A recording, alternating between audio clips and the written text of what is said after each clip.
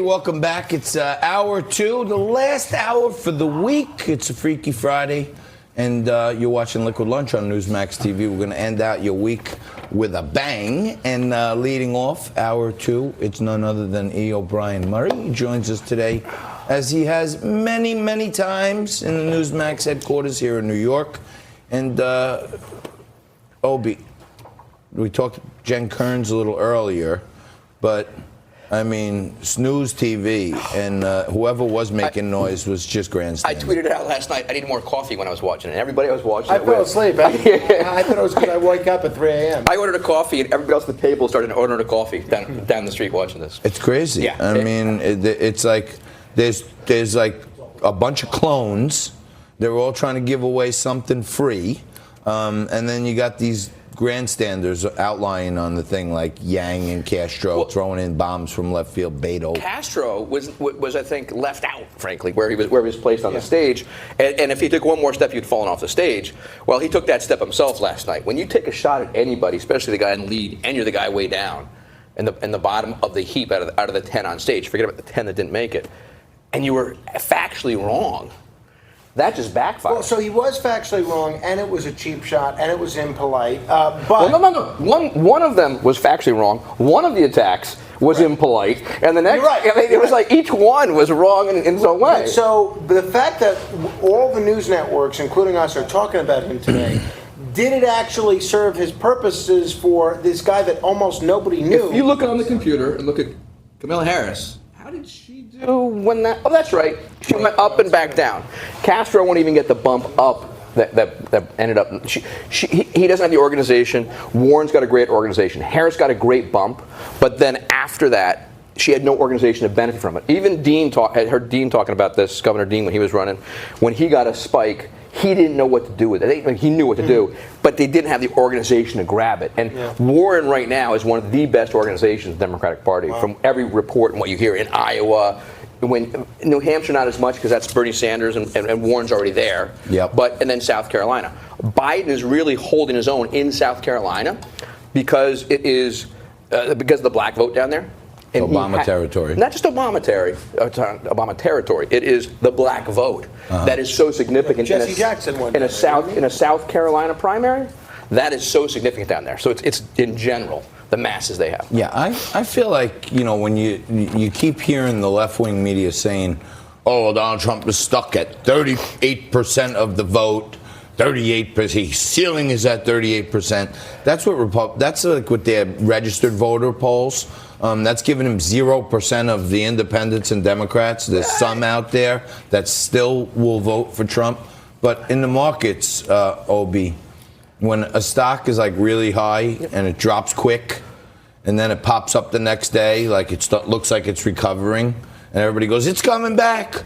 And then they usually go right down from there. They call that a dead cat bounce. Dead cat bounce, sure. In the market. And that means, for those of you watching at home, even if you throw a dead cat off a building, it'll bounce a little bit, but it's still a dead cat. No, I mean, that's how it was. That's what we're not advocating. Do not try that at home. We're not advocating for the cats to bounce at all, but it's an old trading term. And maybe there'll be a little bounce. That's after their ninth life, actually. Exactly. It's pretty much over. But you mentioned the numbers of Trump's numbers. Any candidate in a situation like that, we call it the candidate versus God, because it's him or her versus 12 other people. And what they're saying is, I like any of them. And when they say I'm not voting for, in this case, President Trump, what they're saying is I like this one. And then at the end of the day, it's a binary question. It's candidate 1 or candidate 2. And that's the choice. Once that choice comes up, lights out, the numbers go up. Yeah, and right now, when everybody keeps saying, "Oh, Elizabeth Warren, she's got all these platforms and she's doing great and she has a wonderful organization," she can't get off 17% herself. I don't see anything there. I don't. But don't forget, she has come up though. She was down. Yeah. She has made herself one of the top 3. Mm-hmm. And let's look at the people on there. It's Bernie, who ran before, and is yesterday's news as far as I believe. And if his numbers if his numbers could get better, they would have. But instead of going to him, they've gone to Warren and they've gone to Biden. Some have trickled down to the others. But I believe as others pull out and drop out, not at de Blasio's got 1%, but as others that are credible pull out, that her numbers will go up because I don't believe those people will be going to a Bernie or a Biden. Well, anybody that would be with Biden is with Biden at this point. Right? I agree with that wholeheartedly. I think the only thing that would hold people or keep people going back to Biden possibly would be the opportunity to say he's the one that can win. If the message is Warren can't win, and she hasn't been scrutinized by the media yet. She has not been the front runner. She didn't get the Harris deep dive about factual information on a charge she made. Once that happens, we don't know what's going to happen to Warren. Now, National Review, a conservative publication, they're endorsing the idea of a Republican presidential debate. I don't think that Donald Trump will be participating in one, but do you expect any sort of drama if the other three candidates that are running do have any sort of a debate? Without the president? Without the president. What kind of drama? What station would air that? You got me. I mean, If, you know what, I don't even think John would put them on Liquid Lunch here. No, probably not. But I hear that the Newsmax powers that be are trying to get together a Newsmax town hall for some a town hall Democratic would be a little bit different. candidates. For Democratic candidates. Yeah. That's what I hear. So you guys talk about numbers all the time. It's So really obviously, fun. your listeners, a crazy guy like me in campaigns. I keep my dates. I look up here now are the next campaign finance deadline, 17 days. Wow. Yeah, you're looking at my phone. I am. This is pretty cool. Wow. The Iowa caucus, 143 days from now. That kind of stuff. That 17-day number, between now and then, we'll have polling numbers as the debate. We will have numbers on fundraising October 1 to the 15th, the deadlines to report those. You'll see who has money, who can continue for a period of time. And you'll have the issue of the next debate, who goes in. We have a new man coming in the next Tom debate. Steyer. Tom Steyer's on the stage. It's like on cue for Trump. They haven't mentioned impeachment in a while.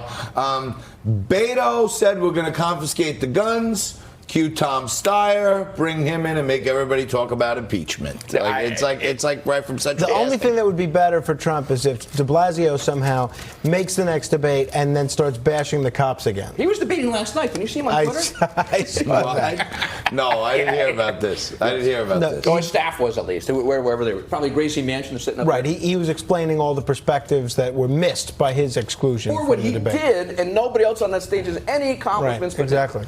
So he was live tweeting the debate, or one of his staffers was live tweeting the debate. I didn't see. They were that. in a closet in Gracie Mansion somewhere watching TV. 0% of the people cared about him being in the race. Well, I think it was 1%. Did he make one? I think He did. That's how he made that second The debate. first debate was the first two debates, whatever, first three rounds, Right. right? The next one was 2%. He didn't get to 2%. Right, but he even got to one, like in a shady way. That's like, right. Towards the end, he was paying people with an online effort. They were basically paying That's the marketing donors. companies. That was a donor piece. Yeah, that I'm gets saying it, they were paying the marketing company $5 to get them a $1 donation. So they were paying $4. They were. I'm telling you, Drew, I the agree. marketing people, when all said and done, they're getting paid like $5 for acquisition. Oh yeah. And they're getting $1. He So they're never losing- got anywhere near the donor number he needed. Right. But he still didn't even get to the poll. No, Steyer had to your point, had the donor number, and he was one poll short for the last stage. But Steyer was doing the same thing. He spent They all millions did. and millions to barely get in. Well, that's why it's such a silly model of how you should decide who's included in this debate. I mean, there was no discussion, virtually no discussion of foreign policy in the last debate. I would have enjoyed hearing the foreign policy perspective of someone like Tulsi Gabbard, certainly much more so than listening to Amy Klobuchar drone on about her grandparents in Minnesota. I mean, is she Hillary's niece or something? She's like cut from reminds me of the same cloth. Like when she talks, like it's just like she's going on and on. It's not. She's smart, but I'm not. There's no charisma there to me. Oh, and it's interesting you say that. When people I was watching with on TV, they were commenting how smart she was and so forth at times and what she said. But we looked at the visuals, and it was the Roger Ailes story about if you turn the volume off, would you still watch that TV show? And the answer was no. She wasn't passing that test. But our show's easier to watch when the volume's off. Oh my God! So people like to listen to me, maybe not watch. Exactly. We have Opie on. We need. But the interesting thing too Nico, is this is for you. That will It's a make little it message. Okay? 11 for the Democrats. Will they go to 2 nights? 3 hours? They are. They're planning to do 2 nights now. Okay, fine. With 5 and 6 on the stage? Well, then you're going to tell me they're randomly going to select Warren, Sanders, and Biden and separate them on the stage and risk that? About the president's trip to Baltimore yesterday. In fact, we have a brief clip of the president in Baltimore yesterday. We're going to fight for the future of cities like Baltimore that have been destroyed by decades of failed and corrupt rule. So there you go. He was sharing an earpiece. He didn't get an earpiece. I was late getting to the I'm telling you, we didn't. That was all that was going on. Trust me. That didn't look good. How did it, folks? To your point, to Your John, earpiece coming out now. exactly. To your point and John's point, the president seems to be making the election about impeachment and guns because those were the two issues that he was highlighting as he was talking at this congressional retreat yesterday. This was his first trip to Baltimore after the Twitter feud with Elijah Cummings. How much attention has Baltimore gotten in previous elections? Democratic state, Democratic city. What we have here now is an opportunity for a Republican president to go talk to minority voters in their homes. And he is doing it, and he's saying the same thing. Hey, less people on food stamps, more jobs, lower African American unemployment rate, and everyone just assumes the African American vote is there for the Democrats. I think that's a very outlandish assumption. And don't forget, any poll you look at for Republican candidates, generic or a specific person, you will do better as a Republican in Hispanic neighborhoods. In the black neighborhoods, the districts, you will do a lot worse. Caribbean voters that are black, that's a different scenario. You can pick up a lot of that vote, too, in certain areas. And I've seen this in specific Senate seats at Long Island when you look at things just outside where we are sitting today. So the president going to Baltimore, talking about the black vote, what do you think happens in Michigan when you look at the black vote and he picks up 1 or 2 points? That's all Doesn't he get needs. to 80, doesn't get to 20, but just picks a couple points. Something there. That's what makes it Michigan, Wisconsin, Ohio, Pennsylvania. If you want to know one of the guys who was part of the strategy team when Trump shocked the world, he's sitting right here. E. O'Brien Murray. We bring him in for all the special stuff because he's a specialist on elections and how electorate behaves. E. O'Brien Murray, thank you for joining us on a Friday Liquid Lunch. You stay right there. We'll be back. Where's right my after drinks? this.